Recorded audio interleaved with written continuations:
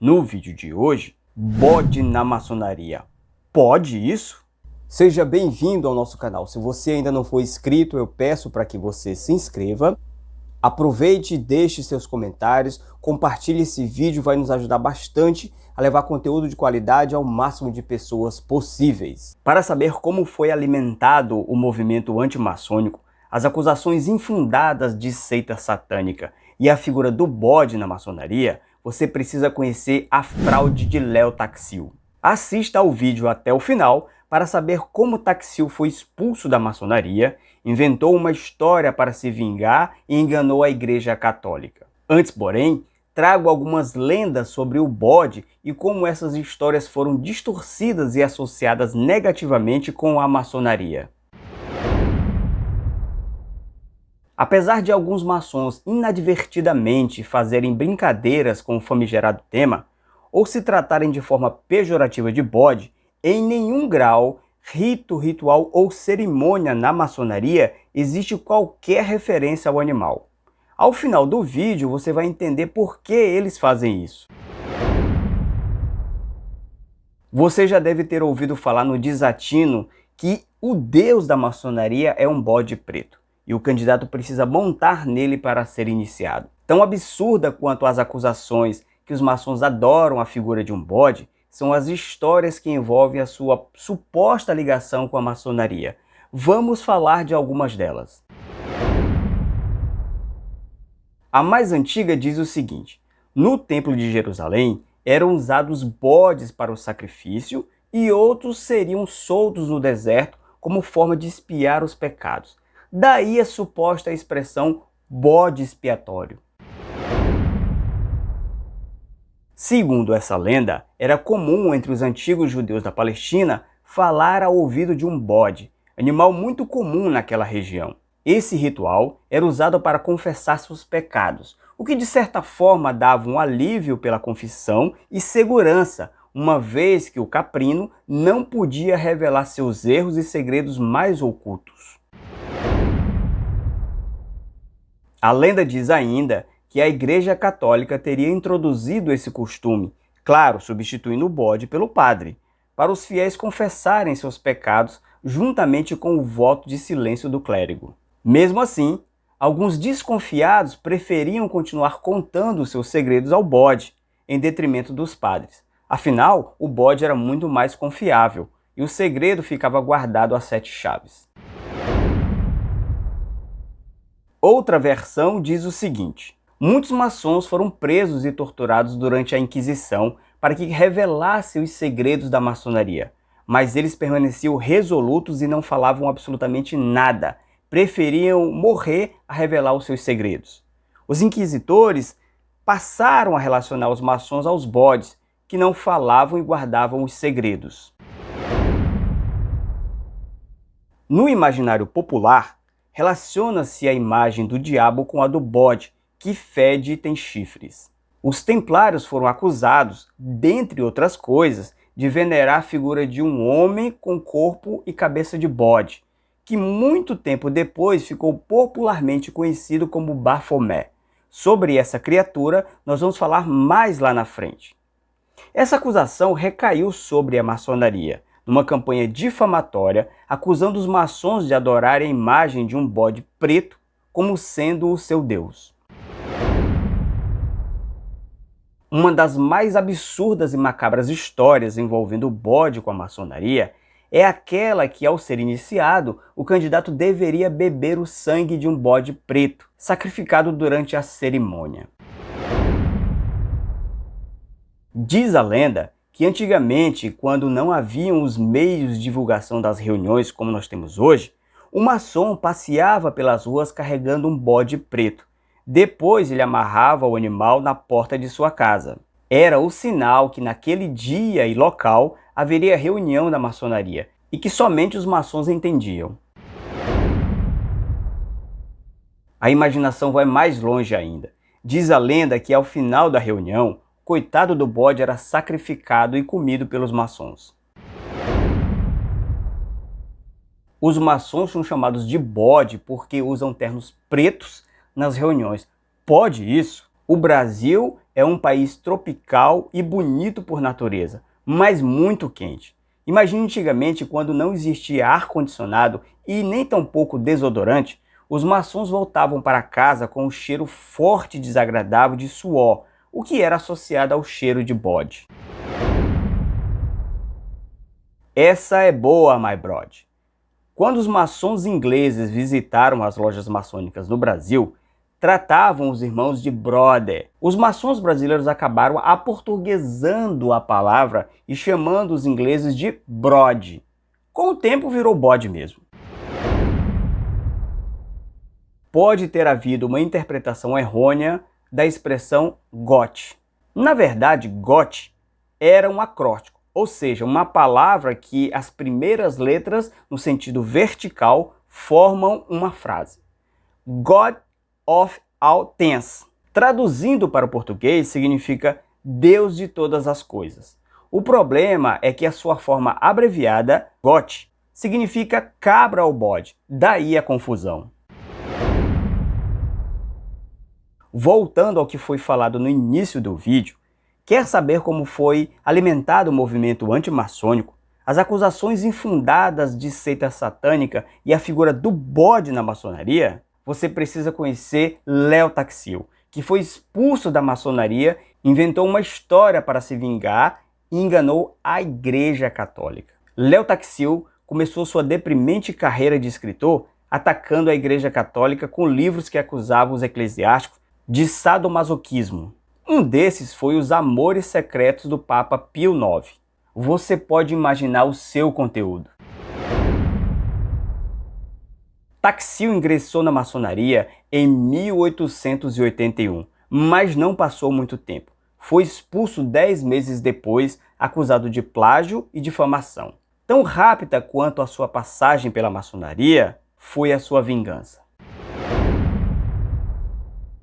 Em 1885, Taxil foi a público anunciar sua suposta conversão ao catolicismo e a intenção de reparar o dano que tinha feito à Igreja Católica.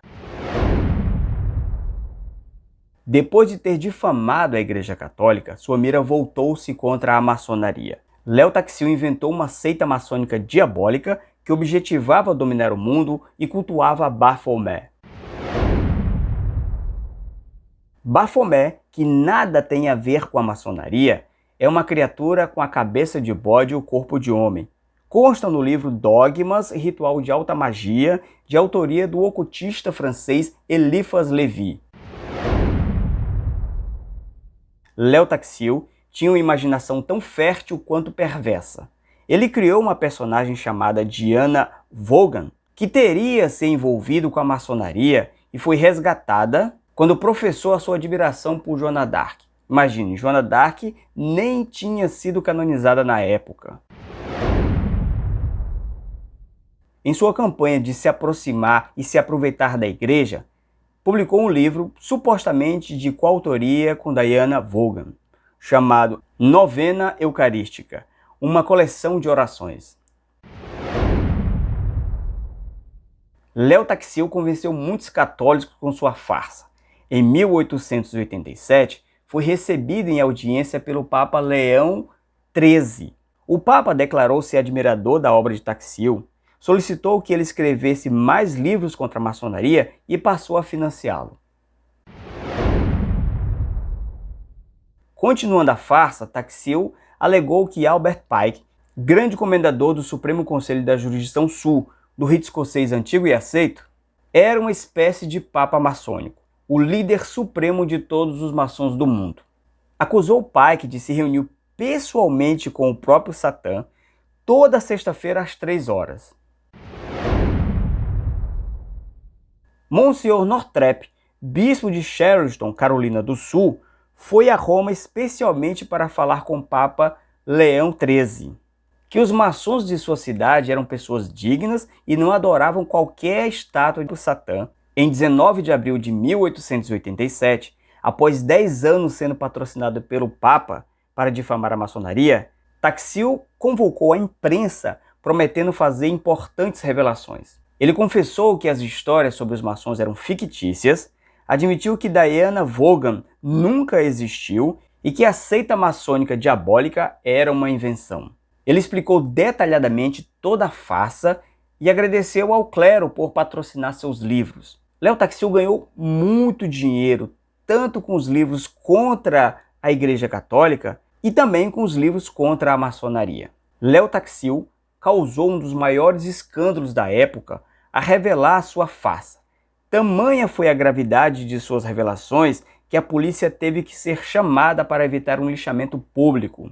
Embora Léo Taxil tenha confessado que todo o conteúdo produzido contra a maçonaria era fraudulento, esse material ainda é utilizado contra os maçons até hoje, principalmente pelos fundamentalistas antimaçônicos que acusam a maçonaria de ser uma seita satânica. Eu vou contar uma história que pode ilustrar a brincadeira que alguns maçons fazem associando o bode com a maçonaria. Você está gostando? Aproveita e deixa o seu like, comenta e compartilha esse vídeo. Vamos à história que pode ilustrar por que os maçons fazem essa brincadeira com o bode. Havia uma pequena cidade onde vivia um homem chamado Carlos. Ele era casado com Ana, uma mulher encantadora, mas vivia desconfiada que estava sendo traída pelo seu marido. Carlos, um homem gentil e atencioso com a esposa, sempre falava a verdade e negava ser infiel. Ainda assim, Ana não acreditava. Por mais que Carlos desse provas de sua fidelidade, a situação estava ficando insustentável. Ele decidiu fazer uma brincadeira com a esposa. Em uma noite fria de inverno, ele chegou em casa com um semblante pesado, como se estivesse carregando um grande segredo. Ana ficou ainda mais desconfiada e perguntou: Carlos, o que está acontecendo? Você parece preocupado. Ele respirou antes de responder. Ana, eu preciso te contar um segredo. Eu tenho outra mulher. Ana ficou perplexa, paralisada e sem acreditar no que estava ouvindo. Durante todos esses anos, ela sempre suspeitou que estava sendo traída, mas agora, quando a verdade estava diante dela, ela não conseguia acreditar. O quê? Você tem outra mulher? Isso é algum tipo de brincadeira de mau gosto? Disse Ana, com os olhos cheios de lágrimas. Carlos, com um semblante sério, disse: Eu sei que sempre neguei, mas dessa vez é verdade. Eu tenho uma amante. Eu não queria te magoar, mas achei que você merecia saber a verdade. Ana, incrédula, balançou a cabeça. Não acredito em você. Sempre desconfiei, e agora que você admite, parece mentira. Friamente, Carlos disse: Eu sei que é difícil acreditar, mas eu realmente quis ser honesto com você. Não quero mais viver essa mentira, e achei que você merecia a verdade. A noite se transformou em um turbilhão de emoções. Ana, desolada, se viu em um dilema entre a desconfiança acumulada ao longo dos anos e a chocante confissão do marido. Essa reviravolta na história de Carlos e Ana mostrou que nem sempre a verdade é capaz de convencer quem não quer ser convencido. A história de Carlos e Ana serve para demonstrar o que exatamente acontece com a maçonaria e o famigerado bode. Por mais que se fale que não existe nenhuma ligação, as pessoas simplesmente não acreditam. Isso piora ainda mais quando alguns maçons fazem brincadeira com o assunto, pairando a dúvida. Afinal, tem ou não bode na maçonaria? Eu posso lhe garantir que não. Nenhum grau, rito, ritual ou cerimônia na maçonaria existe qualquer referência ao bode. Pode acreditar, é a mais pura verdade. E você, conhece alguma história sobre o bode na maçonaria? Responde aqui nos comentários. Para você que assistiu o vídeo até aqui, o meu muito obrigado. Se você ainda não se inscreveu em nosso canal, por favor, se inscreva.